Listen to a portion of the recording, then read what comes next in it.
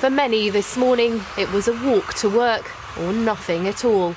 The southeast hasn't seen snowfall like this for 18 years.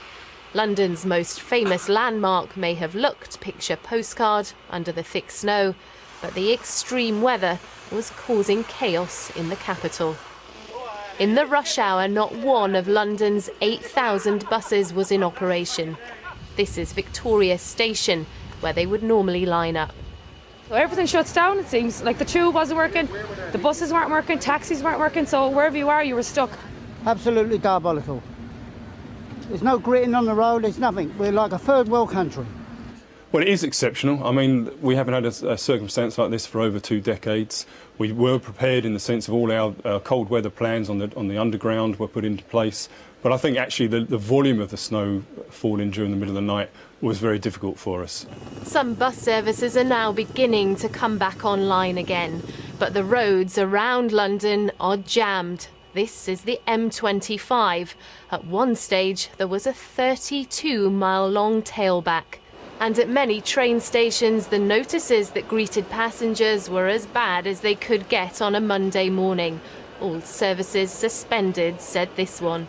At Heathrow, this Cyprus Airways plane slipped off the taxiway onto the grass. No one was hurt, but both runways were closed for some time. Only the northern runway is now back in operation.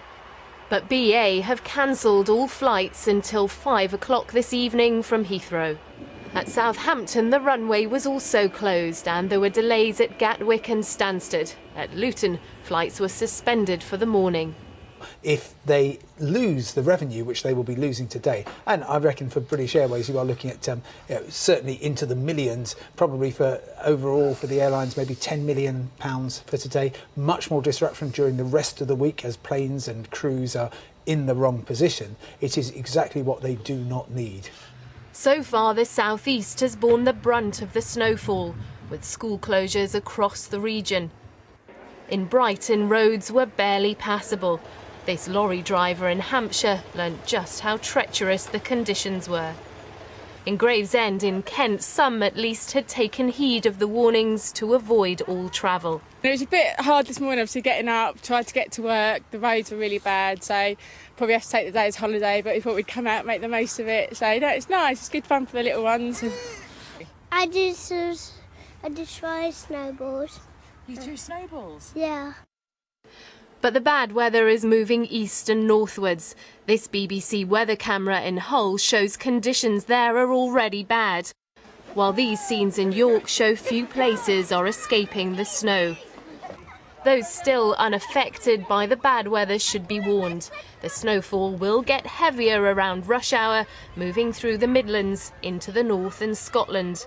For some, it will cause much more disruption, but others will just want to enjoy it while they can.